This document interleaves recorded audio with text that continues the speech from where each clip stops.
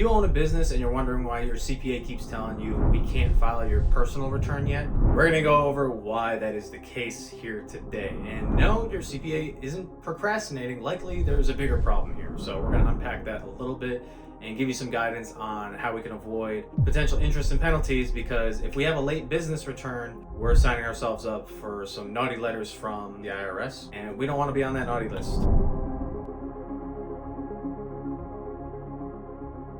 Hello, my name is Andrew D'Amico. I'm a CPA partner here at Ledgerly alongside Mike Abrahamian, where we're focused on providing our clients strategy on how to save taxes, help them build better asset protection, and overall build a roadmap for the future so they can create generational wealth that can be passed down. If those sound good to you, please drop us a like, leave any comments or questions you might have, and subscribe to the channel for future videos. But with that, got up my whiteboard here. I've alluded to it in prior videos, but that pass-through entity concept. So partnerships, one, and S corporations, two. Those are pass-through entities, meaning I have a partnership drawn up here as an example. It's a separate tax return, and there's no tax paid up at the 1065. That's the form for a partnership.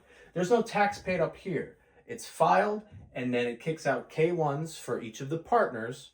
In my example, I made it simple. Let's just say you got Jim and John, Jim and John, each 50% partners. They each get 50% of the net activity reported on the K1, to which then they go down to the 1040. And this is where we've seen some problems in the past. Like, how does this structure really work? If you're currently working through with your tax preparer for your individual 1040, this return here, and they're saying I can't do it yet. If you have a business, they highly likely they're waiting on this, especially if it's being handled by a separate CPA. Let's say this is John and this is Jim, and let's say he uses, tax company, all right?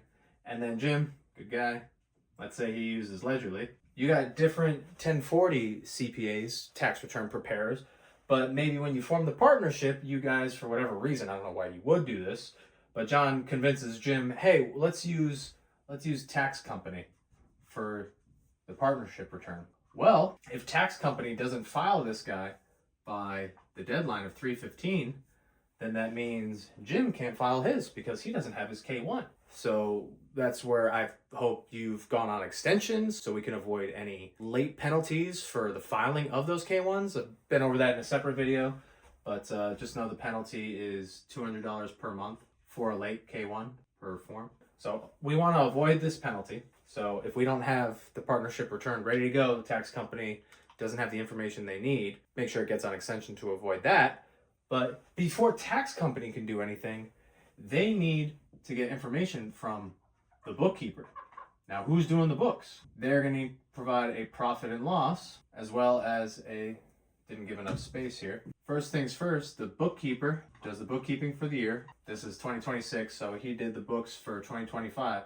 And he's got to come up with a profit and loss, as well as a balance sheet. And then once those are done, he then goes on and gives them to the tax preparer for the partnership, which in this case we said was the tax company. And then and only then can the tax company begin preparing that tax return. So then once the tax company gets the return, then they file that 1065 and the K1s, and then down to our individual prep, right? Whether it's tax company or Ledgerly here, then tax company gives those forms to the individual preparer. So that's the flow. So if you don't have step number one taken care of, you open up this business last year and you haven't looked at the books, you haven't even thought about it, you don't have a zero, a QuickBooks, you have no financial records, then yeah, this just creates a cascading effect where we're not going to be able to file this on time because we can't even file this return.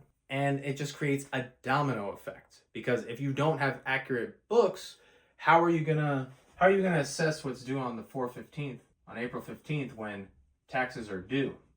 Yes, the return is due, but you can go on extension, but the feds and the states still want the money on the 4/15th. Yes, you can extend, but you need to make your tax payments by that date. And how are you going to do that if you don't know how much is going to be on this K1? That's the problem. You might say, well, how do you even end up in this situation? Maybe you're one of our clients and we handle everything from your business entities down to your personal. That's great. A lot of times, and we've seen it personally, clients of ours, they form a partnership with someone else, and that other individual convinces them to use, the account that they had. Maybe they had 10 years, 20 years. There's a little bit of an emotional connection there, which is all well, good, and fine. But then us, as the other preparer, we kind of got our hands tied until we get these forms. So then just sort of summarizing it and what kind of penalties you could be looking at. First things first, there's the late partnership return, which in turn means there's late K1s, which means on an individual basis, it's going to be hard to give you estimates about what your potential liability is going to be. And then at the end of the day, because we're throwing darts in the dark here, you could be signing yourself up for penalties. What kind of penalties am I talking about? Well, let's assume in our situation, Jim, he's married filing joint with a spouse.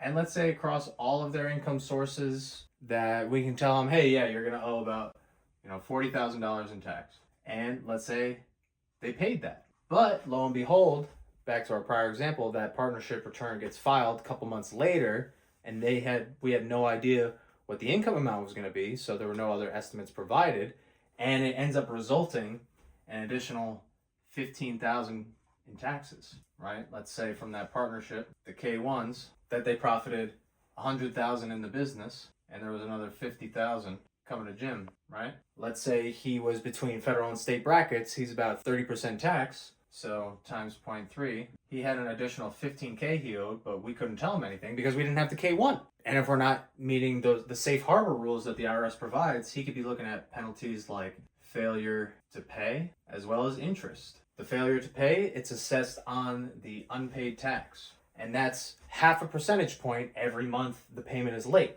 So on $15,000, let's say we don't get this until the extension deadline, until September 15th, and there's a little bit of lag time, so it ends up being 6 months late for this underpayment. Well, that half a percent is charged each month, so times 6 times 15,000. Quick math, we're talking about $450, and then the interest of the underpayment, the IRS likes to compound it daily. It's dependent on what tables they're using at the time because it changes quarterly, but generally in recent times it's been between 6 and 8%. So let's just go in the middle and say 7%. So 7% times half a year times our 15,000 is gonna end up with, and we'll put this in red for you guys too, so you know where our penalties are coming in. That was what, 450, and this is gonna be slightly higher. All this just from a late partnership tax return. And not for nothing, then they got to pay the tax as well. And God forbid we had the late filing, there was no extension, and these K1s were actually late. There was no extension filed. Again, it's $220 per form. And let's assume in this scenario it was 6 months late. You had 2 K1s. That's over $2,500 in its own right. So you're talking between those two, $3,500. And I don't know about you, but I hate the sound of that. So I know that was a bit long-winded, but I just wanted to go out and do the math and explain, hey, you have a business in your personal picture, God, it's a little bit late in the game to be doing bookkeeping for last year. If you are in that boat, find a bookkeeper, and they're going to take some time to clean up a full year's worth of work. So get your best estimate together yourself and talk with an accountant, talk with the CPA, and at least get an estimated payment made when you are filing on April 15th so you don't get hit with these additional penalties and interest. If you find yourself in a similar situation, please reach out to us. We'd love to help you get straightened out in this incredibly stressful and busy time of year. Hope this video provided a little bit of clarity. Please, it would mean a lot to us if you drop us a like, leave any comments or questions, and subscribe to the channel, and we hope to see you on another video.